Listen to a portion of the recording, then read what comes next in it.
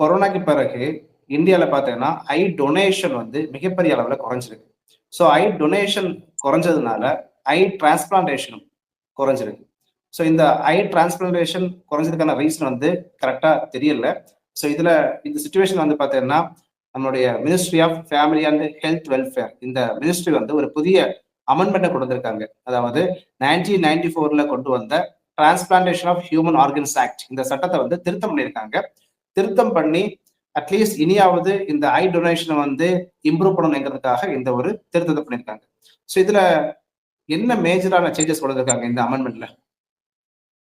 Actually நீ சொன்ன மாதிரி போஸ்ட் கொரோனா பார்த்தீங்கன்னா உனக்கு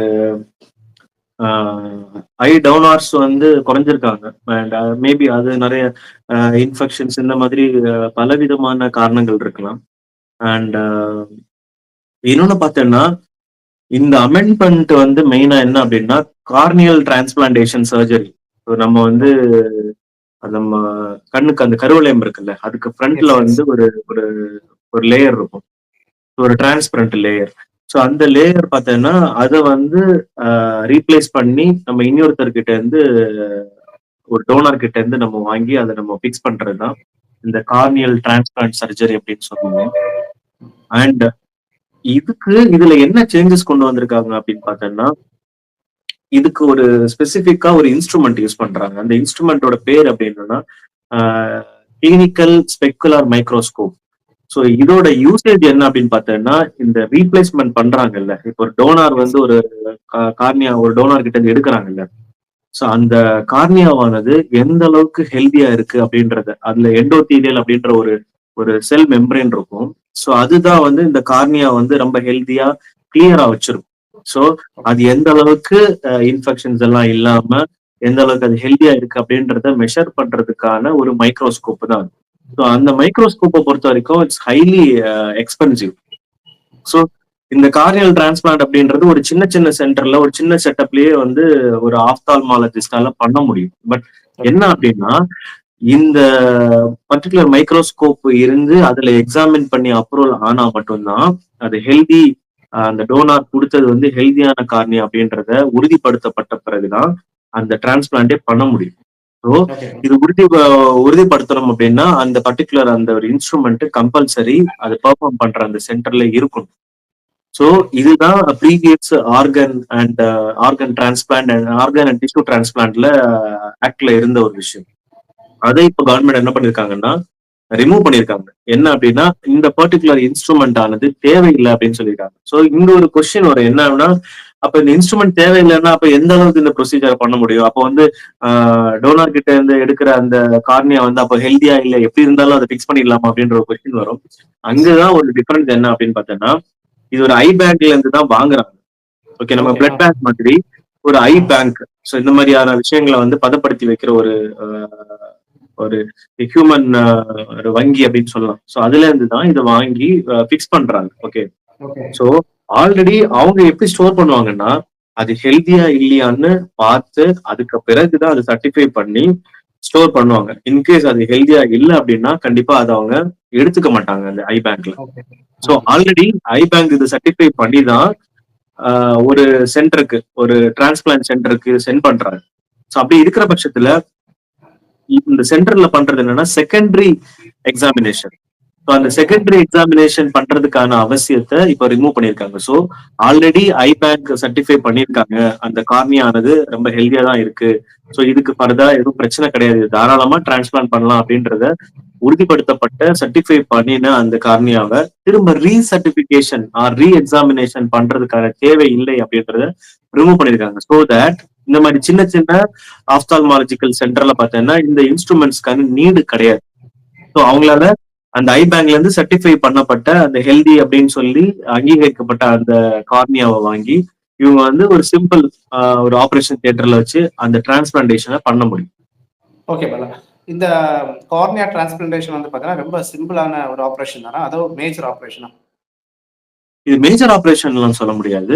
இது ஒரு ஒரு நார்மலான ஒரு சிம்பிளான ஒரு ப்ரொசீஜர் தான். பட் அது வந்து மேட்சிங் ஆகணும், அது இந்த இன்ஃபெக்ஷன் ஆகாம இருக்கணும், அண்ட் பண்ற இடம் நல்ல ஸ்டெரைல்டா இருக்கணும். இந்த மாதிரியான சர்ஜிக்கல் ப்ரொசீஜர்ஸ்ல வந்து நிறைய கண்டிப்பா பார்க்க வேண்டிய, கவனிக்க வேண்டிய விஷயங்கள் நிறைய இருக்கு. ஓகே பாலா, அண்ட் அதே மாதிரி ministry of family and health welfare, இந்த மினிஸ்ட்ரியில வந்து ஒரு ரிப்போர்ட் சொல்லியிருந்தாங்க. கொரோனா டைம்ல வந்து பார்த்தீங்கன்னா கிட்டத்தட்ட 52% அளவுக்கு வந்து ஐ டொனேஷன் வந்து குறைஞ்சிருக்குங்கிறத சொல்லியிருந்தாங்க. தற்போது பார்த்தீங்கன்னா இந்த ரிப்போர்ட்ல என்ன சொல்லியிருக்காங்கன்னா, இப்ப இருக்கக்கூடிய சுச்சுவேஷன்ல 1,00,000 பேருக்கு வந்து ஐ டொனேஷன் தேவைப்படுது. ஆனா கிடைக்கிறது வந்து பார்த்தீங்கன்னா அப்ராக்சிமேட்லி 40,000 பேருக்கு தான் இந்த ஐ டிரான்ஸ்பிளான்டேஷன் கரெக்டா கிடைக்குதுங்கிறத வந்து இந்த ரிப்போர்ட்ல சொல்லியிருக்காங்க. ஸோ இந்த மாதிரி ஒரு அமெண்ட்மெண்ட் கொண்டு வரதுனால ஒரு ஸ்மால் அண்ட் அதே மாதிரி சின்ன சின்ன சென்டர்ஸ்க்கு எல்லாமே நீங்க சொல்லியிருந்தேன். இந்த ஒரு இன்ஸ்ட்ருமெண்ட், இந்த மைக்ரோஸ்கோபிக் இன்ஸ்ட்ருமெண்ட் தேவையில்லைங்கிறத சொல்லியிருந்தேன். ஸோ இதனால இனிமே வந்து இந்த இன்ஃப்ராஸ்ட்ரக்சர் இஷ்யூஸை வந்து இப்ப கட்டெயின் பண்ணிட்டாங்க. ஸோ இந்த இன்ஃப்ராஸ்ட்ரக்சர் இஷ்யூஸ் இனிமே இருக்காது. ஸோ இனிமே இந்த ஐ டொனேஷன் கூடுதலான சான்ஸ் இருக்கா? வேற இதெல்லாம் ஹர்டில்ஸ் இருக்கு? ஐ டொனேஷன் பொறுத்த வரைக்கும் வேற இதெல்லாம் ஏதாச்சும் ஒரு மக்கள் பயப்படுறாங்களா? மித்தாலஜிக்கலி ஏதாச்சும் பிரச்சனை இருக்கா? ஆக்சுவலி இந்த பர்டிகுலர் விஷயத்த அவங்க வந்து ரொம்ப ஸ்ட்ரெஸ் பண்றதுக்கான ரீசன் என்ன அப்படின்னா, இந்த கார்னியல் பிளைண்ட்னஸ், இந்த கார்னியால ஏற்படுற டேமேஜ் ஆகட்டும், இல்ல ஏதோ ஒரு இன்ஃபெக்ஷன் ஆகட்டும், இதனால வர பிளைண்ட்னஸ் பார்த்தேன்னா உனக்கு வந்து almost second leading cause for blindness in India. So இந்த ஓகே. கார்னியல் பிளைண்ட்னஸ் அப்படின்றது இந்தியால வந்து 2வது மிகப்பெரிய நமக்கு பிளைண்ட்னஸை Nice. கிரியேட் பண்றதுக்கான ஒன் ஆஃப் த காசிட்டிவ் ஃபேக்டரா இருக்கு.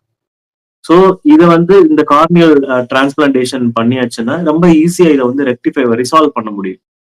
ஸோ அதுக்காக தான் இந்த இனிஷியேட்டிவ் வந்து கவர்மெண்ட் எடுக்கிறாங்க. அண்ட் மோர் ஓவர் இன்னொரு ஸ்டாட்டிஸ்டிக்ஸ் என்ன சொல்லுதுன்னா, இந்தியால 1.2 மில்லியன் மக்கள் வந்து இந்த கார்னியல் பிளைண்ட்னஸ்னால அவதிப்படுறாங்க. ஸோ ஆல்மோஸ்ட் இப்போ இருக்கிற கண்டிஷன்ல எப்படின்னா, அண்ட் ஆவரேஜ் இந்தியா முழுக்க ஒரு ஒரு 30 ஆர் 35 to 45,000 ஆஃப் சர்ஜரிஸ் வந்து இந்த கார்னியல் டிரான்ஸ்பிளான்ட் சர்ஜரிஸ் நடந்துட்டு இருக்கு. பட் இதுக்கான தேவை அப்படின்னு பார்த்தோம்னா அட்லீஸ்ட் வந்து 1,00,000 சர்ஜரிஸ் ஆகுது கண்டக்ட் பண்ணாதான் இந்த பிளைண்ட்னஸ் ஆனதை நம்ம வந்து ஈஸியா வந்து ரிசால்வ் பண்ணி அவங்களுக்கு வந்து பார்வை கிடைக்க வைக்க Yes. முடியும். ஸோ அதுக்காக தான் இந்த ஒரு பர்டிகுலர் அமெண்ட்மெண்ட்டை வந்து பாஸ் பண்ணியிருக்காங்க. ஓகே பாலா, இப்போ என்னோட கொஸ்டின் வந்து ஐ டொனேஷன் அவேர்னஸ் இந்தியால கம்மியா? ஏன்னா ஐ டொனேஷன் அவேர்னஸ் பொறுத்த வரைக்கும் ஆகஸ்ட் செகண்ட் வீக் நினைக்கிறேன், ஆகஸ்ட் செகண்ட் வீக் வந்து ஐ டொனேஷனை பத்தி அவேர்னஸ் கொடுக்குறாங்க. இந்தியா ஃபுல்லாவே ஒரு டே வந்து பார்த்தீங்கன்னா அறிமுகப்படுத்தியிருக்காங்க. ஸோ ஐ டொனேஷன் பத்தி இந்தியா மக்களுக்கு அவேர்னஸ் இல்லையா? எதனால வந்து இந்த ஐ டொனேஷன் ரொம்ப ரொம்ப டீப்பா கீழ்மட்ட நிலையில போகுது? ஒண்ணு பார்த்தேன்னா உனக்கு கண்டிப்பா நீ சொன்ன மாதிரி அவேர்னஸ் அப்படின்றது ரொம்ப கம்மி தான். ஈவன் உனக்கு அர்பன் சிட்டிஸ்ல கூட உனக்கு எந்த அளவுக்கு எவ்வளவு பேர்கிட்ட இது ரீச் ஆயிருக்குது அப்படின்றது தெரியல. அண்ட் இன்னும் ஒரு விஷயம் பார்த்தேன்னா, ஸோ ஒன்ஸ் ஒரு டெத் ஒருத்தங்க டொனேட் பண்ணியிருக்காங்க அண்ட் அவர்கிட்ட அதுக்கான பேப்பர் டாக்குமெண்ட்ஸ் எல்லாம் இருக்கு. பட் அவர் இறந்துட்டாரு. சப்போஸ் ஏதோ ஒரு விதத்துல ஒரு ஆக்சிடென்ட்டோ ஏதோ ஒரு பிரச்சனை மூளை சாவாகி அவர் வந்து இறந்தாருன்னு வச்சுக்கோ. ஸோ அவரு ரெஜிஸ்டர் பண்ணியிருக்கிற அந்த பர்டிகுலர் ஆர்கனைசேஷனுக்கு எந்த அளவுக்கு அந்த இன்ஃபர்மேஷன் போகும் அப்படின்றது it's a question mark. Because it's a network of process. So திடீர்னு அவங்களுக்கு ஆட்டோமேட்டிக்கா நம்ம ஒருத்தங்க இறந்து போறாங்க அப்படின்னா ஆட்டோமேட்டிக்கா அங்க அப்டேட் ஆகாது. ஒரு இன்ஃபர்மேஷன் போனாதான் தெரியும். பட் அந்த இன்ஃபர்மேஷன் இமீடியட்டா போகுமா? அண்ட் போயாச்சுன்னா அவங்க வந்து அந்த ப்ரொசீஜரை பண்ணணும். ஸோ அந்த ப்ரொசீஜர் பண்ணி அவங்க அதை எடுக்கிறதுக்கு பக்கத்துல இருக்கிறவங்க சம்மதிக்கணும், அவங்களோட ரிலேட்டிவ்ஸ் எல்லாம் சம்மதிக்கணும். இந்த மாதிரி நிறைய விஷயங்கள் இருக்கு. அண்ட் மோரோவர் அவேர்னஸ் அப்படின்றது ஒரு மிக மிக கம்மி. ஏன்னா அர்பன் சிட்டிஸ்லயே பார்த்தேன்னா உனக்கு நிறைய பேருக்கு இது எங்க போய் பண்ணணும், யார்கிட்ட பண்ணணும், ஒன்ஸ் நம்ம இது எப்படி இந்த டோனார் கிட்ட இருந்து எப்படி இதை எடுப்பாங்க, இந்த மாதிரியான நிறைய விஷயங்கள் வந்து நிறைய பேருக்கு வந்து தெரியறது இல்லை. ஸோ இதை பொறுத்த வரைக்கும் கவர்மெண்ட் வந்து ஒரு இனிஷியேட்டிவ் எடுக்கலாம், இல்ல இது ரிலேட்டடா இருக்கிற என்ஜிஓஸ் ஏதாவது ரிலேட்டிவ் இனிஷியேட்டிவ் எடுத்து பெரிய பெரிய organisations, institutions and IT sector இந்த மாதிரி க்ரௌடடா மக்கள் வேலை செய்யற இடத்துல போயிட்டு இதுக்கான கேம்பெயின் பண்ணலாம் அண்ட் ரெஜிஸ்ட்ரேஷன் ப்ராசஸை இனிஷியேட் பண்ணலாம். அண்ட் அவங்க டிவைஸ்ல வந்து ஏதாச்சும் ஒரு ரிமைண்டர் கொடுக்குற மாதிரியோ ஏதோ ஒரு ஆக்டிவிட்டியை அந்த மாதிரியான விஷயங்களை வந்து இனிஷியேட் பண்ணா இது பிரயோஜனமா இருக்கும். நிறைய டோனர்ஸ் முன் வருவாங்க. அண்ட் இதுல இன்னொரு விஷயம் என்னன்னா சில ஃபியர் ஃபேக்டர் இருக்கு நிறைய பேருக்கு. ஒண்ணு நம்ம இறந்த பிறகு நம்ம கண்ணை எடுக்கும்போது ஏதாவது வலி இருக்குமா இந்த மாதிரியான, பிகாஸ் நான் பார்த்திருக்கேன். இல்ல என்ன விஷயம்னா அந்த கண்ணை எடுத்ததுக்கு பிறகு இறந்தவங்களோட உயிர் வந்து அடுத்தவங்களுடைய கண்ணில் வருங்கிறதெல்லாம் சொல்லுவாங்க. ஒரு மித்தாலஜிக்கல் ஃபியர் இருக்கேன். கண்டிப்பா கண்டிப்பா அந்த மெத்தாலஜிக்கல் ஃபியர் இருக்கிறது. அண்ட் மோர் ஓவர் இப்ப நான் டொனேட் பண்றேன்னா என்னை சுத்தி இருக்கிற ஃபேமிலி மெம்பர்ஸ், என்னோட பிளட் ரிலேஷனுக்கு நான் கண்டிப்பா இதை வந்து சொல்லணும். இப்படி நான் டொனேட் பண்ணியிருக்கேன். நாளைக்கு வந்து எனக்கு ஏதோ ஒண்ணு சம்பவிச்சதுன்னா, கண்டிப்பா நீங்க வந்து இந்த பர்ட்டிகுலர் நபருக்கு இந்த ஆர்கனைசேஷனுக்கு நீங்க இத இந்த மெசேஜ பாஸ் பண்ணணும் அப்படின்றத சப்போஸ் நான் பண்ணியிருக்கேன் அப்படின்னா, என்ன சுற்றி இருக்கிற என்னோட ஒய்ஃப் ஆகட்டும், இல்ல அம்மாவாகட்டும், அப்பா யாரோ ஒருத்தங்களுக்கு என்னோட பையனாகட்டும், பொண்ணாகட்டும், நம்ம சொல்லியிருக்கணும். நான் சொல்லாத பட்சத்துல கண்டிப்பா அவங்களுக்கு தெரிய போறது கிடையாது. ஓகே. சோ தெரியாத பட்சத்துல அவங்க வந்து திடீர்னு வந்து இவரு இந்த பர்ட்டிகுலர் நபர் வந்து XRY இறந்துட்டாரு, இவரோட கண்ணை எடுத்துட்டு போங்க அப்படின்னு யாரும் சொல்ல முடியாதுல்ல. சோ இந்த மாதிரி இதுக்கு ஒரு ப்ராப்பரான ஒரு ஒரு ஒரு ஒரு ஸ்ட்ராட்டஜிக்கல் பாத்வே அப்படின்றது வந்து கிடையாது. ஓகே. அண்ட் கிடையாதுன்றதை விட இருக்கு, ஆனா அவேர்னஸ் இல்ல.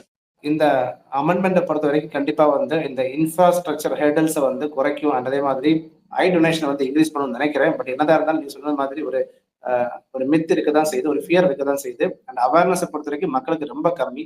இறந்ததுக்கு பிறகு இந்த டொனேஷனுங்கிறது வந்து பாத்தீங்கன்னா இந்தியாவை பொறுத்த வரைக்கும் ரொம்ப கம்மியா இருக்கு. பட் ஈவன் வந்து தமிழ்நாடு வந்து இந்த மாதிரி ஒரு டிரான்ஸ்போர்டேஷன்ல வந்து முன்னுக்கு வரக்கூடிய ஒரு மாநிலம் இருந்தாலும் தமிழ்நாட்டிலே வந்து பாத்தீங்கன்னா இந்த ஐ டொனேஷன் வந்து இட்ஸ் கம்மியா தான் இருக்கு. ஸோ கண்டிப்பா இந்த அமெண்ட்மெண்ட் வந்து இந்தியாவில் இருக்கக்கூடிய ஐ டொனேஷன் வந்து இன்க்ரீஸ் பண்ணும். அண்ட் அதே மாதிரி ஐ டிரான்ஸ்பிளான்டேஷன் வந்து மிக அதிகமாக நடைபெறும் என்கிறத உறுதிப்படுத்த முடியும்னு நினைக்கிறேன். So thank you very much Bella.